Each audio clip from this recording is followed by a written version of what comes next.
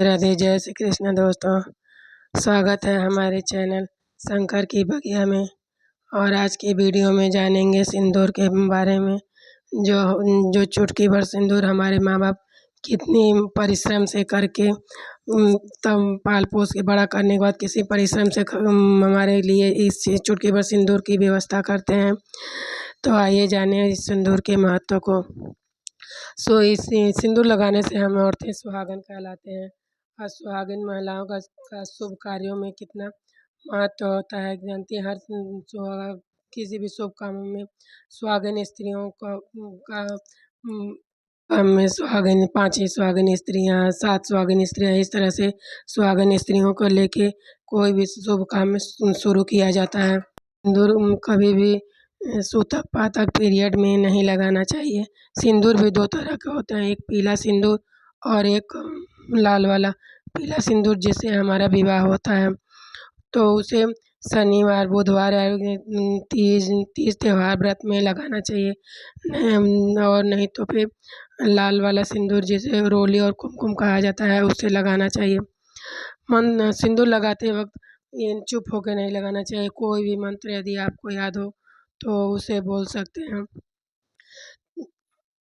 सिंदूर को हमेशा या तो पीतल का सिंदूरदान मिलता है रखने के लिए, या फिर लकड़ी के पात्र में रखना चाहिए। उसे काँच के या मिट्टी के पात्र में नहीं रखना चाहिए जिसमें रखने से गिरे उरे तो उसमें नहीं रखना चाहिए कि ताकि किसी से गिरे उरे तो टूट ना जाए। क्योंकि सिंदूर का हमारे जीवन में बहुत महत्व होता है। उसे कहीं इधर-उधर रख के उसका वो नहीं अपमान नहीं करना चाहिए। उसे सुरक्षित और अच्छी जगह पे रखना चाहिए। सिंदूर को अच्छे और सुरक्षित जगह पे रखिए और ताकि उसे गिरे नहीं। सिंदूर जब भी लगाएँ तो आपको जो भी मंत्र आपको याद है उसे ज़रूर बोलिए। इसी तरह एक मंत्र है, सर्वमंगल मांगल्ये शिवे सर्वार्थ साधिके शरण्ये त्र्यंबके गौरी नारायणी नमोस्तुते। जो भी मंत्र आपको याद है दिन से ये लगाते वक्त जब भी सिंदूर लगाइए तो ये मंत्र ज़रूर बोलिए। राधे कृष्ण, जो भी आपको राधे राधे जो भी आपको याद हो मंत्र आप वो करिए, क्योंकि इसे बोलने से ये बहुत शुभ होता है और हमारे सुहाग की रक्षा होती है। इसलिए आप जब भी सिंदूर लगाएं तो इस मंत्र का उच्चारण ज़रूर करें। का फैशन हो गया है, थोड़ा-सा लोग सिंदूर बस आगे लगा लेते हैं, तो इस तरह ना करें। सिंदूर को हमेशा लंबी मांग भर के आप सिंदूर पूरा मांग भर के लगाएँ। माता सीता भी कहावत है, माता सीता भी पूरी लंबी मांग भरती थी और हनुमान जी ने एक बार पूछा, माँ आप मांग इस तरह से क्यों भर रही हैं? तो उन्होंने बताया, इससे श्री राम जी का उम्र लंबी होगी। तो और बजरंगबली ने जब सुना तो कहे, इससे सुन कर फिर आप वो क्या किए कि उसी से वो अपने पूरे शरीर को रंग लिए। तो इस तरह मांग हमेशा पूरी भरनी चाहिए। माता जी की बात सुन के जब हनुमान जी बोले, जब इतना सा सिंदूर लगाने से मेरे प्रभु का ये उम्र बड़ी हो जाए तो मैं पूरे शरीर पर क्यों ना लगा लूँ। इस तरह से उनको अपना पूरे शरीर को रंग लिए। मुँह में सिंदूर भी नहीं लगाना चाहिए। मुँह में सिंदूर नहीं लगाना चाहिए। नहाने के बाद यदि बासी मुँह हो तो थोड़ा-सा गुड़ डाल लें। और हमारे यहाँ तो कहता है बाल धुल के चौखट भी यानी दरवाजे का जो होता है चौखट नहीं लागना चाहिए। इसलिए मुँह में कुछ मीठा डाल के सिंदूर लगा लें। हमारे यहाँ तो बृहस्पतिवार के दिन भी सिंदूर नहीं लगाया जाता है।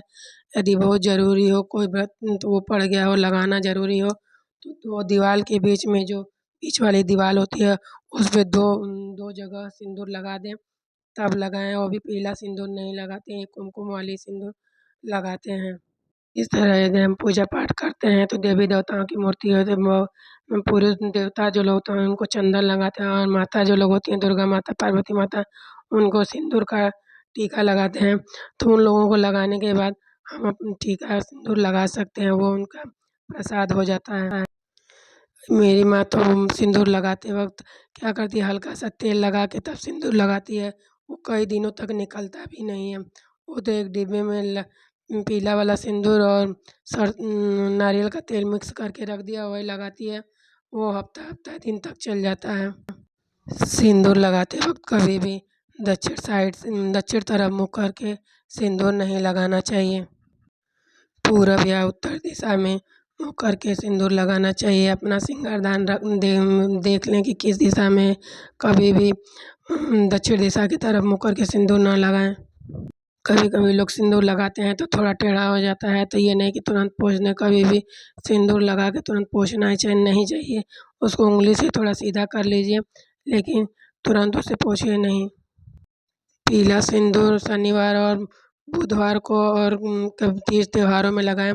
और मान लीजिए पीरियड में आप कहीं जा रही हैं, सिंदूर थोड़ा हट गया है, बाल नहीं धो सकते, तो आप तो नहीं हो तो कुमकुम वाली सिंदूर लगा सकते हैं।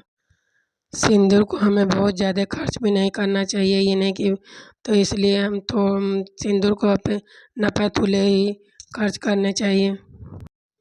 मासिक धर्म में बिना नहाए सिंदूर पीला वाला तो कभी ना लगाएँ, क्योंकि यह बहुत पवित्र माना जाता है। और इसी तरह अपने सिंघोरे का भी सिंदूर किसी दूसरे को नहीं लगाना चाहिए, और दूसरे के सिंघोरे का भी सिंदूर अपने नहीं लगाना चाहिए। अपने सिंघोरे का सिंदूर अपने ही लगाना चाहिए। राधे राधे, जय श्री कृष्ण दोस्तों।